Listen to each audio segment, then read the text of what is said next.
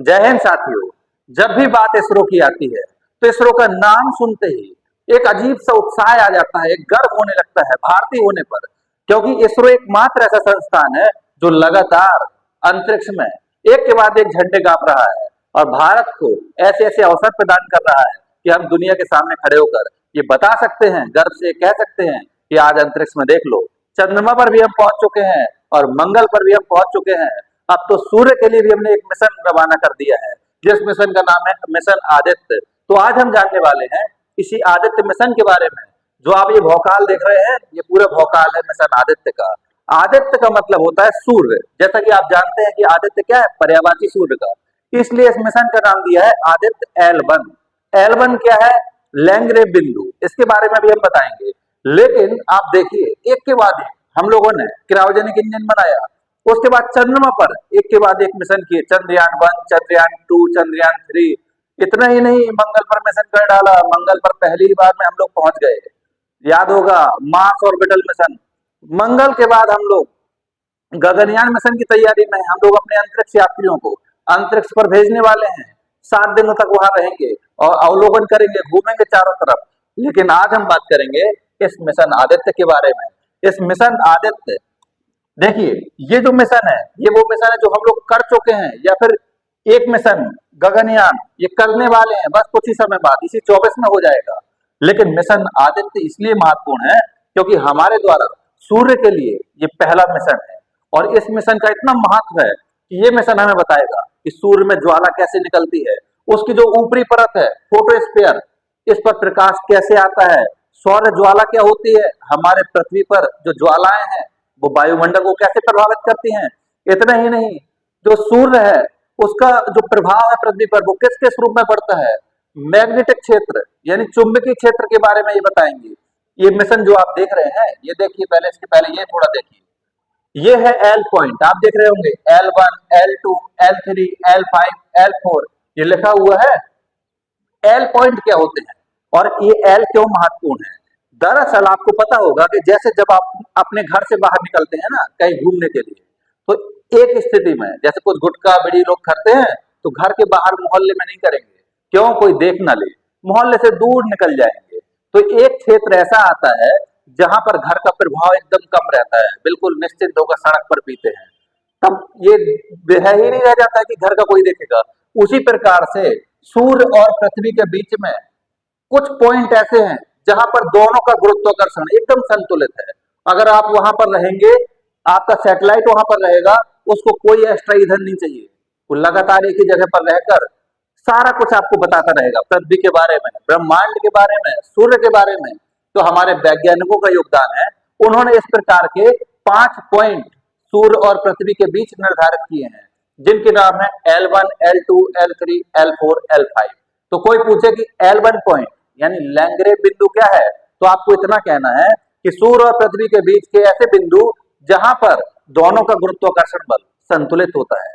अगर हम वहां पर कोई भी द्रव्यमान की वस्तु, ये कोई भी वस्तु, स्पेसक्राफ्ट, सैटेलाइट वहां पर रख देंगे तो वो अपने बिना किसी ज्यादा ईंधन लिए हुए उसी जगह पर अपना घूमता रहेगा, कोई एक्स्ट्रा ईंधन की आवश्यकता नहीं है। इसको और गहराई से समझने के लिए ये समझ लीजिए, ये आप देख रहे होंगे ये क्या है, सूर्य, और ये है हमारी पृथ्वी।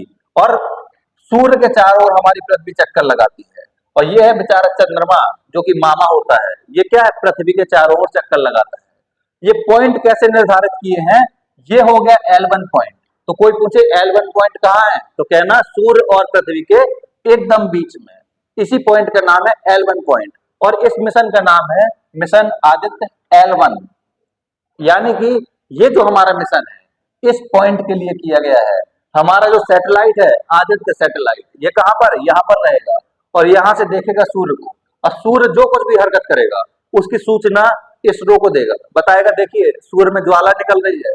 सूर्य का जो फोटोस्फीयर है, फोटान जहां पाए जाते हैं, वो फोटान कैसे क्रियाशील हो रहे हैं, सूर्य का प्रकाश या ऊर्जा किरण पृथ्वी पर कैसे आ रही है, सूर्य की जो ज्वालाएं हैं वो पृथ्वी पर कहां से आ रही हैं और किस तरह से आ रही हैं, सब कुछ बता डाले गए। इसलिए महत्वपूर्ण है।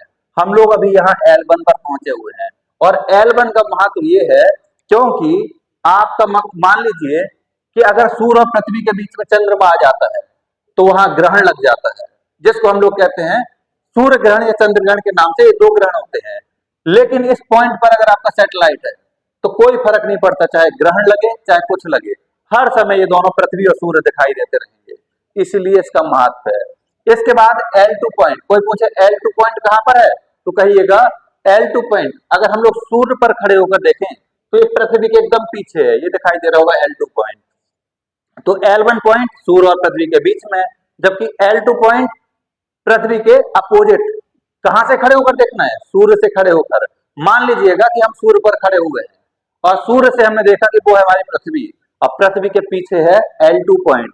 इसी प्रकार से L3 पॉइंट कोई पूछे तो कहना कि अगर हम सूर्य पर खड़े होंगे तो सूर्य का पड़ोसी L2 पॉइंट है, ये सूर्य के अपोजिट दिखाई देता है और पृथ्वी के भी विपरीत दिखाई देगा आपको, क्योंकि जब पृथ्वी घूमेगी तो।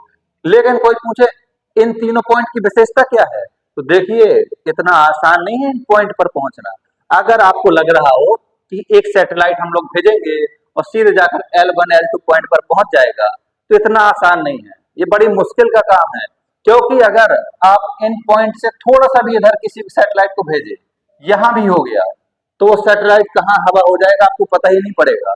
ये पॉइंट एक बहुत सीमित क्षेत्र होता है, बहुत छोटा सा क्षेत्र होता है, इसलिए बड़ा मुश्किल है यहाँ तक पहुंच पाना।